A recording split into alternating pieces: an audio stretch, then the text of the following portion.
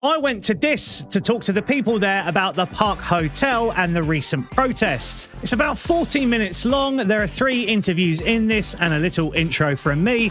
So get yourself a cup of tea, sit down, stick the app on and watch away. And let me know in the comments what you think. By the way, if you wouldn't mind subscribing, liking and clicking the bell notification so you can see more videos that I bring out, that'd be very much appreciated. I'm here in Dis in Norfolk today at the site of the Park Hotel Bar and Restaurant. Now this is a point of controversy here in Dis at the moment. There were some protests here over the last couple of days. They seem to have dissipated now. Not many people around, which is why I came down. I wanted to get the aftermath rather than what was actually going on the day. Obviously the manufactured protest turn up, hope not hate banners. I did a video on it recently. So today, I've come into Dis to talk to the real people, not the people that just decided to turn up here, talk to actual people about what their thoughts are on the Park Hotel. So the story I've been told is this hotel is currently housing actual asylum seekers, actual refugees, women, children and families, and they're due to be removed and be replaced by up to 100 18 to 40-year-old men. So here we are a little bit further down the street where you can see the local park is very close to where the migrant hotel is. Kids playing there. Obviously it's school holidays now. And as we said, this hotel is due to have the actual legitimate refugees and asylum seekers removed, who are families. No one knows where they're being sent to. They're going to be replaced by up to 100, or I believe it's 100, migrant men from nefarious countries. One thing you definitely notice about Dis is the patriotism. You can see the bunting everywhere, Union Jacks up on lots of the buildings. Quite an idyllic little town, to be perfectly honest, but very patriotic, very quiet. Local residents just going about their business. Seems to be quite quiet, so the weather's a bit bad here today, but we're just going to see who we can talk to, see if we can find anyone that wants to talk about what's going on in the hotel. Usually people don't want to speak to me when I put my mic in front of their face, so it's actually really quite a nice little place. It's been a long time since I've been to Dis. We've got the local museum here. Obviously we've got a lot of stuff up celebrating VE Day. Royal British Legion have got their stuff out, lots of Union Jacks out, lots of bunting, like I said earlier. Very quiet little town, but very nice. Yep, the usual, you get your camera out, try and talk to people, and no one wants to say anything. And to top it all off, it's just started pissing down with rain, so the likelihood of me being able to speak to anyone is not going to happen, but people are always looking. As soon as you point the mic in their direction, they shy away. Don't know why. I don't think people actually get how frustrating this is. You stand around in the town centre for like an hour and a half. Every person that walks past, hi, local, do you want to, got anything to say about the protest? Got anything to say about the government? No one wants to say anything. Everyone's got everything to say in the comments section, haven't they? But as soon as you put their face on a camera, silence. Luckily there's people like me out there, isn't there? Right, so finally I've got someone to talk to. This is Neil. Neil, obviously recently we had the protest outside the Park Hotel. What is your awareness of it? What do you know's happened? So I know that we've got a group of people in this town and outside of the area that are protesting that on the side of that we've got families leaving and we've got 50 men coming in. Yeah. From my perspective, we want to keep the families here, yeah, because they've been here, they're rooted here, and they've got kids at the schools. Yeah. And from my perspective, we've got families from our church that come to our church on, yeah, Fridays for meals and for food as well, and they're embedded with us. Yeah. And and it's really sad to see that we've got a really nice town and we've got people that want to disrupt it. Yes. You're hearing people saying that it's a scary place to walk through, but actually it's probably more scary because of 150 people, yeah, getting angry, yeah, about people coming in. Yeah. We should be welcoming. What's your actual opinion on the protest that took place? Was that local people, or do you believe that was manufactured? I think some of it's manufactured, yeah, predominantly. I think people get the wrong end of the stick in terms of the news and views. I think they get vastly out of disproportion, yeah, and people take whatever view they see, whatever side of the political fence they sit on. Yeah. I think they see. Do you think once again a bandwagon's been jumped on? Definitely, for sure. I think we've seen it. I mean, when the families came here, I don't know how long. I think a year ago. Okay. So they've been here quite a while, and from what I've seen, they're still there now, aren't they? Because I've been up there and I saw women and children coming out. Yeah. They seem like legitimate families there, legitimate asylum seekers. You say they've integrated well into society. They're walking around. And that's the problem, isn't it? They're being removed, and what's being replaced is, I mean, we're getting some single men here. But either way, regardless, everyone is labelling these men and already setting a precedent for, without even knowing what their situation is, without even experiencing what it's like to get on to pay out of all their savings to pay for an unsafe boat to come across here. 9 times out of 10 they don't even want to be in this country, they want to be elsewhere.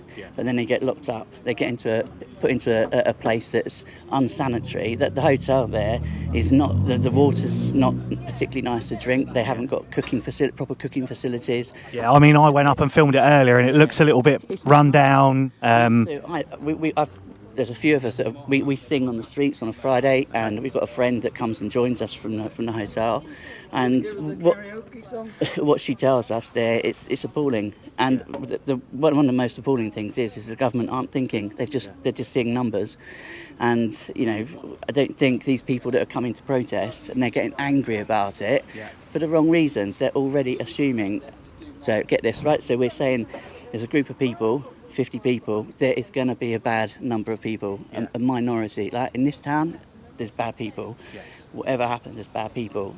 Obviously, every town has its degenerates, let's say. Every town has its issues and problems. But this, for me, looks quite idyllic. It's a typical Norfolk town. I've been here 16 years. And I've been welcomed here. It's a really lovely town, and we should be welcoming people here. I think as a world we're a diverse. Cultures are diverse, and I lived in Slough for ages, and you can't get much diversity in cultures than Slough, and it was a beautiful place, but you have to have the right mindset, and you haven't got the right mindset, you're going to be opposed to it. Do you think then it's the narrative? Obviously, we know that there are a lot of illegals coming in on boats by the day. There is a strong sense across the country now, and we've seen this recently. Obviously, Epping absolutely exploded. It's the nature of them. It's the fact that they're unvetted, undocumented. They seem to all be men. They don't seem to be accompanied with women and children. Is that the worry, or is it being pre-led? I think it's being pre-led. I think like I said, the worry is there's a small number of people, a small number of men, and there's certain. I mean, you look at the community Facebook page, and I was watching yesterday. There's a couple of people that are predominantly, labelling these people, and they're headlining, they're leading this charge, as it were, against these people. As a Christian, I believe that we should be welcoming these people in, regardless, and we should be welcoming them with love and care and be kind to these people. It wasn't so long ago, when Caroline Flack passed away, everyone was going, if you can't be anything, just be kind, or whatever it was. And that's how we should be. We shouldn't be shut. The lady that we know is she's part of a family, and she was scared, absolutely petrified. There's children there, and one of the children had a birthday. They walked back, and there's 150 people shouting and go home, and all the it's just. So the angle is being directed at the wrong people, because they're the ones they're protesting against aren't even here yet. Well, even protesting outside the hotel. They're saying they should start. They're getting so. I think the idea of the protest was originally from the council to say we don't want them to move because we're uplifting families that are already settled here, right? And is there any news on where they're being sent to? Nobody knows. So as far as I'm aware, it was like up and go. And no warning, no. I think they probably had a very little warning, but it was very much. So obviously the national issue that's going on at the moment is regarding Serco contracts. Would it be plausible to say that the hotel sold out to a Serco contract? That's now why that's happening? I don't know whether on the politics of that. I think the main problem is the decision makers at the Home Office who are just moving people to different areas and uplifting them without caring about these are human beings after all, right? Regardless of whether it's 50 single men coming or whether it's families that are coming, these are human beings, and we should be looking after them as much as we can and welcoming. We welcomed the families. At first there were people, we had I think 7 people and a dog from like the far right came and moaned about it, and now suddenly because 50 men are coming, they're already saying it's unsafe. They're not even here yet. Would it be fair and plausible to say though that over the country there are estimated 220 of these hotels now that are housing the guys that are coming in on boats? A lot of those areas see shifts in crime, see shifts in child abuse, see men hanging around parks, outside schools. Is that a concern? Is that something you're worried about? I think anywhere you go, there's always going to be, like I said, a small number of predatory people. And actually, I think if you look at the statistics, there's more, predominantly more white English males that are being convicted of paedophilia. Not saying there isn't a number of people that have come over here that are, they're wrong and they want to cause damage, but that is a small minority. And you're going to get it anywhere, and provided they're caught and treated as the same as anybody else, they're off the streets. But if that's a small number out of 50, if you've got 10%, that's a small number. And you can have people in this town that have got. I mean, we're a town that welcome people coming out of prison. And nobody talks about them or complains about them. Right. And these are white English males. And this is any town in Norfolk or in this area in East Anglia that has hostels for people coming out of prison. And nobody complains about having them in the town because it's not publicised. But as soon as someone from a different culture comes round, they don't like it. And from a Christian perspective, I think Jesus was an immigrant, and these people proclaiming to be Christians, and it's our country. Let's take our country back, bring it back to a Christian country. They're doing it for the wrong reasons. And they're not going to church every Sunday, are they? They're not, and they're using it in the wrong way, and they're weaponising it. And what I want to see personally is that I don't want to be all fluffy about it. But certainly, there has to be an element of scepticism. Of course, we need to be wary. Of course we do, but we also need to be welcoming with that. And it's like when we get new people coming to our church, which we do. We've had an increase in numbers in coming to our church. We're welcoming. We welcome everybody, regardless of sex, gender, whatever, ethnicity. We welcome everybody, and that should be that's every church in this town does the same thing. And if the churches can do it, so can the town, and so can people. And it is only a small number of people. So if 150 people are protesting, that's a small number of people that have that small-mindedness. Do you think people might argue that you're being a bit over lenient?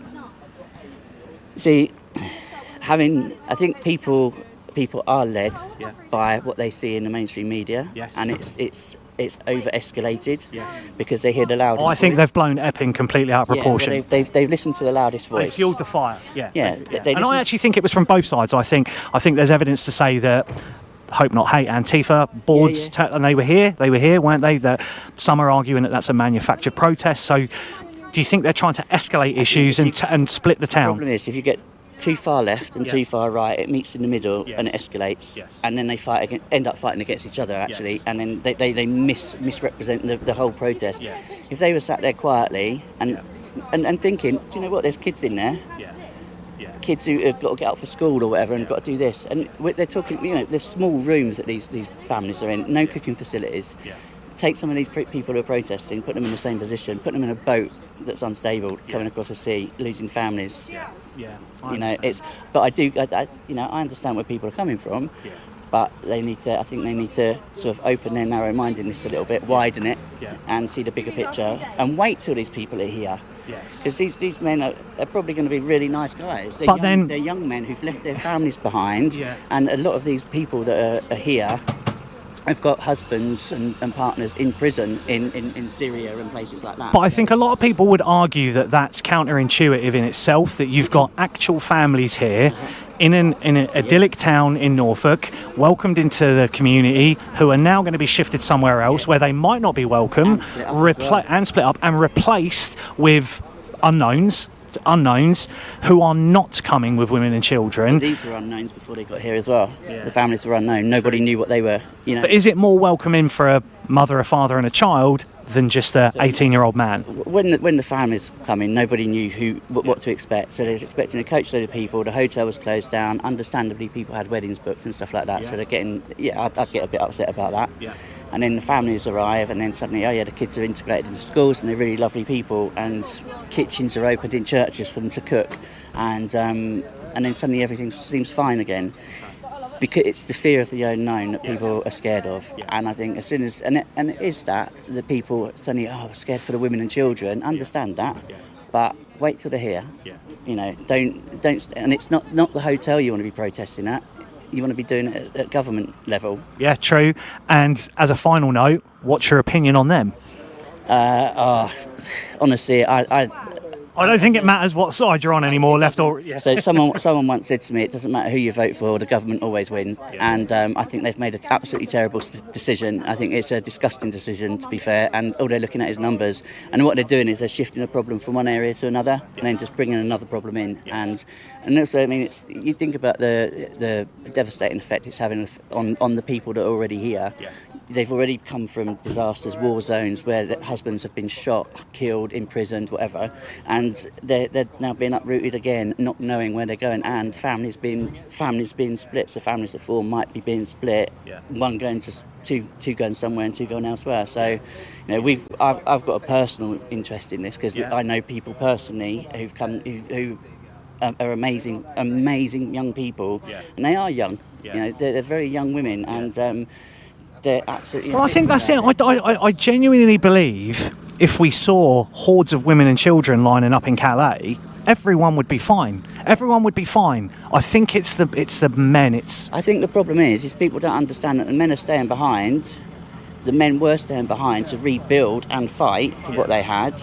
Now it's almost a lost cause. And the other thing we've got to think about is who supplied. When we voted to invade Syria with the Americans a few years back. We voted for that. We demolished everything. We went in there and blitzed it. And we're selling those weapons. Where there's war, there's money. I agree with that. Yeah, I do. Obviously, we're responsible. Yeah, the government have to have some accountability to that as well. That we're obviously funding these things, and half the time we cause them in the first place.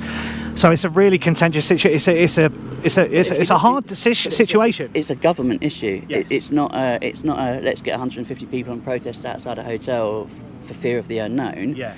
This protest should be taken down to London, and it should be protested out there peacefully, because we don't want violence or trouble. We don't want people clashing. It should be nicely, as nice as possibly done.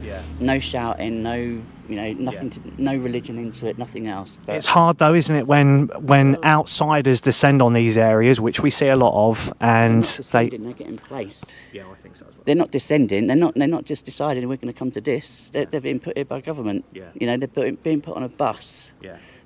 Early hours of the morning and shipped to somewhere they do not know. If that was, I said to someone the other day, I don't know how I would cope.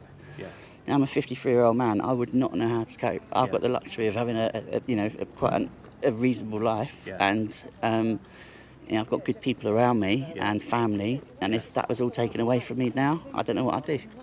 And these men, we don't know how young they are. They could be anything from like 18 upwards, and.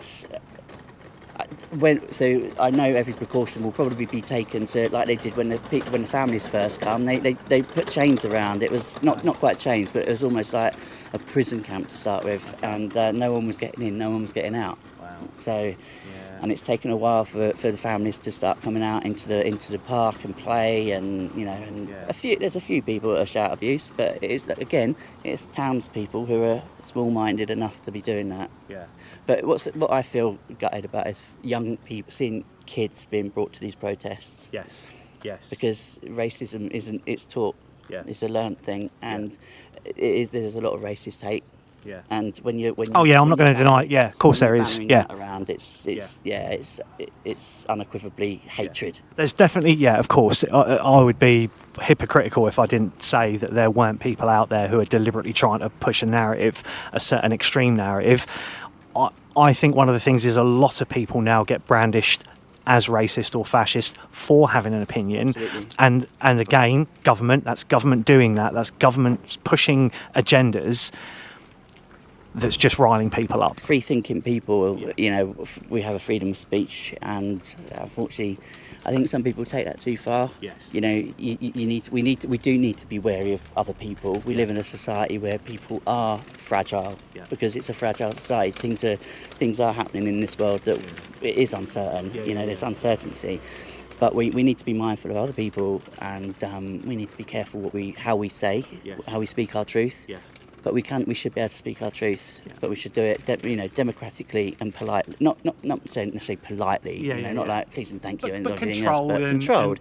Absolutely. Well, not controlled, because controlled is probably the wrong word to say, but we have the ability to self-control. Exactly. Yes. We need to. Sometimes we need to have that filter. There was a sign I saw yesterday saying, "Our safety, not your sanctuary." Gotcha. Sanctuary and safety are the same word. And this town is what's called this town of sanctuary. It's part of a bigger picture of the city of sanctuary.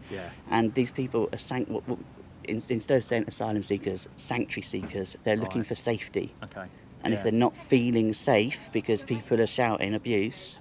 And I know this because we've had messages from these people saying that they're scared, sat there in their little rooms hearing all this noise. So from my point of view, let's wait and see. We're, as a Christian, we welcome them in. From a church perspective, we welcome them in, and we live by grace, and it's not for us to judge. And we're just I think. So I'm going to ask a touchy one here, because this is about religion. A lot of people would argue that some of the men coming in support a religion that would quite happily see yours destroyed. What's your opinion on that? Okay. And it's happening. It's happening in those areas. The Druze. So the truth is that there is only one God, and there's only one Bible, and the Bible speaks the truth. However, I'm respectful of other people's faiths and religions. I have to be. And I think, again, people go, Islam, it's this, that, the other. Actually, a lot of Muslims actually revere Jesus. And I think we could both agree there are extremist Christians and extremist Muslims. So I come from we're a beautiful progressive church, evangelical, and it'd be wrong of me to be stood in the street preaching against the faith that I don't study. And I think let's be nice. Let's just be nice to each other. And actually, that is a tough question to answer, because I wouldn't stand in the street and preach. I'd stand in the street and happily sing, bring a bit of what we do on a Sunday morning and sing, bring a bit of joy to the town, which everyone is welcome to join in. But that's a conversation that. It's a bigger conversation, isn't it? And I'm not qualified to. I'm not a minister. I'm not a pastor. I'm not qualified to answer that.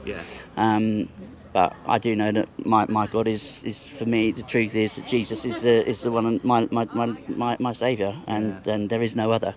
But I'm not going to weaponise that against anyone, because it's not for me to judge. Perfect. Yeah, that's really good words, mate. Really good words. Absolute pleasure to meet you, mate. Hi, Jules. Hi. So I'm here today in Dis, just getting a bit of opinion on what happened with the local protests. You're actually from Norwich, but work here in Dis. What's your opinion? So I've not actually seen any of it, because I'm normally in the office. I've just read about it on the websites, the news coverage, and obviously the Dis community pages as well. Which is quite surprising, considering it literally happened down that road out the back there. It's at the back of, it's not that far. I think a lot of the protests have happened in the evenings and things, or late afternoon. Personally, I don't necessarily agree with the single men. I think the families, I don't know that there's been any problems with the families being here. And obviously I understand that, they're living in places where they need somewhere safe. But I think it's a different situation when you've got a hotel full of single men. The whole point is they're here to look after their families, and it's a bit concerning. Really. That's generally I've spoken to a few people today. I spoke to a guy, Christian, who was very welcoming of people, which they have been in the community. They've been very welcoming of the families here. They said they integrated, but I think the fundamental difference there is families, men, women and children, families who are now being broken up and sent elsewhere for 50 illegal men that no one knows who they what are. I read, I don't know how true it is that obviously it's happened really quickly. Yes. So, these families have had to move out. I don't know how long they've been there, obviously at least probably a year or so. Yeah. And it is a lovely town, it's really welcoming for families. There's lots that happens here for families. So it is ideal for families here. Yeah. It's a great market town. There's not many few of them left now. So, but I think the single men, it causes problems, I think, in a community because you don't know what's going to happen, and that's the concern. That's the concern, I think. isn't it? And I think as well, the fact that it's 300 metres from a park. Yes. Where a lot of the and we've come seen from. loads of stuff. I've seen loads of stuff on social media, even in Norwich, Yes. you see it everywhere. Some of it is possibly justified, some of it is not. You don't know unless you know what's going on. But I think there's just concerns, I think, and how quickly it's all happened. Is it a major talking point here in Dis then amongst the people? Because everyone I try and talk to today, they avoid my camera. They don't want to speak to me. We even had a little debate beforehand about getting people to actually speak out about this, because I think people as well don't like to see their opinions aired. Is that an issue? I think it's difficult because obviously it can seem as, one of a word, as racist, and I think it's just people wanting to make sure that their community is kept safe. The values of communities and things like that are important. People have lived here for their whole lives, generations, and it's change happens, and I think a lot of people here understand that and know it needs to happen. But you've got to make sure that the fundamentals of a village and a town market isn't lost. So from a media perspective, obviously, you'd probably have been aware of stuff that was going on elsewhere in the country, larger cities, Manchester, London, etc., etc. Did you ever expect it to descend on Dis? Do you think now that we're going to start seeing smaller... I live literally 20 minutes down the road in Bury. Well, I think we're pretty secluded from it at the moment, but under Angela Rayner's rule, she said that every constituency will take their fair share. Now it's happened. Did you ever feel at any point, it won't happen to us? Not that I don't think it wouldn't happen, because I've seen an increase of people generally moving kind of to East Anglia because the prices of everything is higher in London and stuff like that. So naturally with that is going to become, if no one can rent or live in London, they're going to move people further out. So it was bound to happen at some point. And I think eventually more places in East Anglia will feel it, the slightly more rural places. But who do you blame ultimately? Government? It's always the government, isn't it? I mean, it's, you can argue they've all done things wrong, some done things right. It's one of those situations where people need help. But, I think everyone else thinks that, the buck seems to stop at Britain, which is a bit of a shame because, it's difficult, people live here. We obviously don't want to see people left in squalor, and you don't want to be having... I think... One of the views I put to the Christian guy I spoke to was, we're obviously a welcoming nation. Do you think it would be an entirely different perspective from the country? Obviously not from some, because there are abhorrent racists in this country. Do you think it would be an entirely different perspective if it was women and children lining up in Calais rather than what seems to be 18 to 40-year-old men apparently fleeing from war zones? They all come into the country and don't seemingly have anything wrong with them. You don't see any bandages, leg breaks, broken, sprained, nothing. There seems to be nothing wrong with any of them.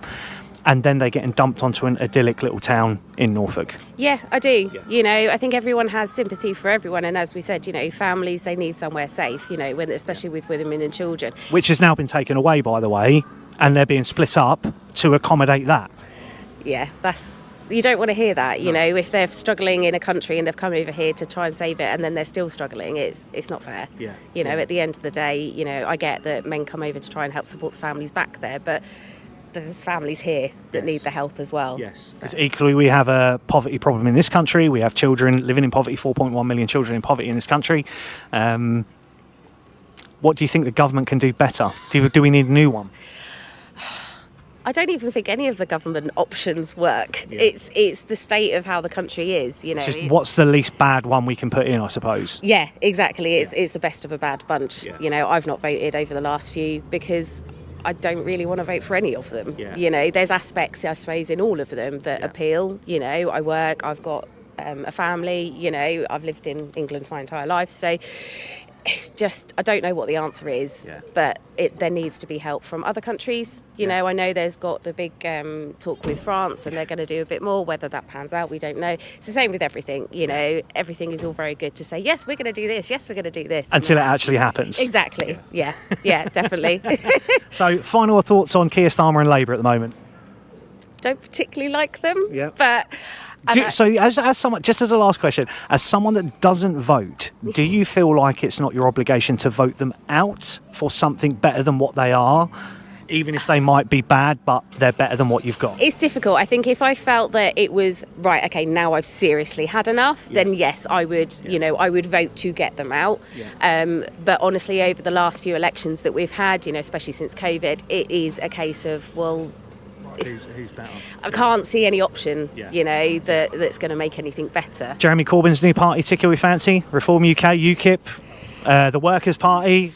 Again, there's aspects of all of them. Yeah. There's not many parties that don't have at least one thing that I think is, okay, yeah, that's a good idea, but it's about trying to get everything to work. And I know there's lots of red tape and stuff like that, so it's difficult. They can get rid of that red tape. That's what they have the power to do, and it seems like they just don't. No. yeah. And we just end up now with, I call them the Purple Party, Tories, and they might as well just blend together, Tories and Labour. Yeah, it is very much the same, and then when one comes in and one goes out, they blame each other, and it's like, that doesn't really help. Just fix the problem. So do you think the voting system is bad? Do you think that we need proportional representation over first past the post? Do you think that the voting system's corrupt? Do you feel like you don't vote because if you do vote, it's not worth anything?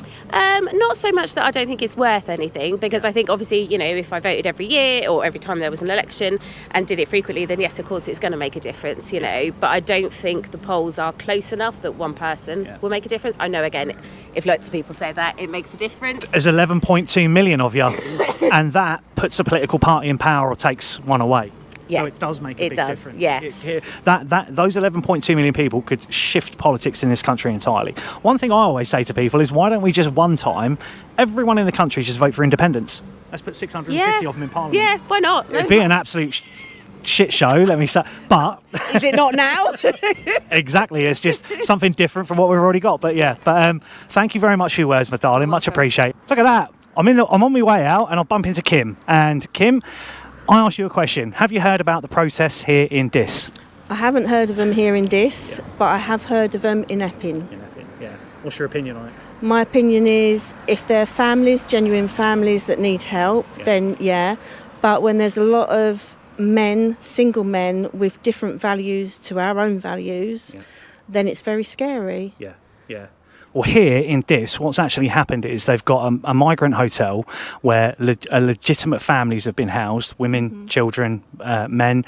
They've been here for a year. Apparently, they've integrated into society. And what the government have done is they're now pulling those families out of that hotel. It's been taken over by, apparently, a Serco contract. And they're putting 50 illegal, unvetted men in the town of Dis. Very worrying, very worrying. Because it's a very idyllic town. It's quiet. From what I've spoken to people today, some are on the opinion of we have to be welcoming. Others are on the opinion of it depends who we're welcoming to. What's your opinion? I think you said the word there, vetted. Yes. Yeah. There needs to be some kind of system so that we know these people are not going to be a risk to the locals and further afield. Yeah. And so you've obviously seen what's been going on in Epping. That kind of almost got triggered here, a similar thing, where it seems the manufactured protest, I believe to be the manufactured protest of the left turned up. Actual legitimate locals were out here protesting for about a day. Then other people started descending on the area. Do you think there's an agenda somewhere? I think then it can get out of hand. Yeah. Some people will join on the bandwagon. And they're not fighting for the actual cause that is going on. They're fighting for their own agenda. Yeah. And what about... It gets wrong. Because you're not actually from Dis, are you? You've come here... Why are you actually here today? To go to the dentist. Yeah, at least you got a dentist. Is it a private or NHS? This bit is private, but I did manage to get an NHS. Right. I was very lucky. So where have you actually come from? What, today? Yeah. A little village further up the 140. Okay. Yeah. So you're just from a tiny little town. What would your opinion be if that happened to your... Because it seems to be... I'm from Suffolk, so I'm just down the road in Bury St Edmunds. It seems to be that we were kind of shielded in a bubble around here. Norfolk, especially rural villages, rural towns. It was always obviously in places like Manchester, Luton, London, all these other big prominent cities. Do you think it's now going to start spilling into rural communities? I do, yeah. I think this is a prime example. Today, definitely. Is it a concern? It is a concern. We have one family in our village from the Ukraine. a nice little family, integrated, all got jobs. Yeah. They needed help, and it was there for them. Legitimate refugees. Exactly, Yeah. exactly. And they probably came over, had their ID, which is why they've been processed so quickly. What would your biggest concern be if what's happening here in Dis happened in your village? Like I said, I'd be scared for people's safety. Yeah. These people aren't vetted. We don't know. Are they criminals from their country? Yeah. What are their values? Yeah. How will they treat us? Yeah. Excellent. That's Kim. There we go. The opinion is, or actually, hold on, let's ask one more question. What's your opinion on government at the moment? I have no opinion. No opinion? How's Keir Starmer doing? I don't know. Do you not pay attention to it? No. Really? Yeah. Your taxes are going to go up in the winter, massively. That's down to my husband. Down to our husband. There we go. So there we go. 2.5 hours, probably asked about 25 people what their opinion was. Would they talk? Nope. Like I've said before, and I'll say it again, everyone's got an opinion and a comment when they're hiding behind text on a screen, but when you actually ask people questions, you want to put their face to their words, they just don't want to know. And I think this is one of the problems we've got in society at the moment, is people aren't prepared to stand up and be counted, yet they'll sit and write a text on a Facebook comment or a TikTok post. We see it. People with fake usernames, fake profile pictures, not interested at all in actually putting their opinion out there. All they're interested in is clout and chasing. When, I've come here on a day where the protests are finished, and I did that deliberately to get the actual opinion of the people of the town. But I can guarantee if I came here when, lovely little pub by the way, if I came here when the actual protest was going on, there'd be a whole bunch of people got a whole bunch of stuff to say, because they probably don't come from this town. And one of the funny things is when I was walking around, a lot of the people, I sort of just asked a question saying, do you want to talk about news, politics, do you want to talk about the asylum hotel? I don't live here, I don't come from here. And it's the same everywhere I go. Maybe it seems that you only get the opinion of people in major cities because that's what it is, the opinion of people in major cities.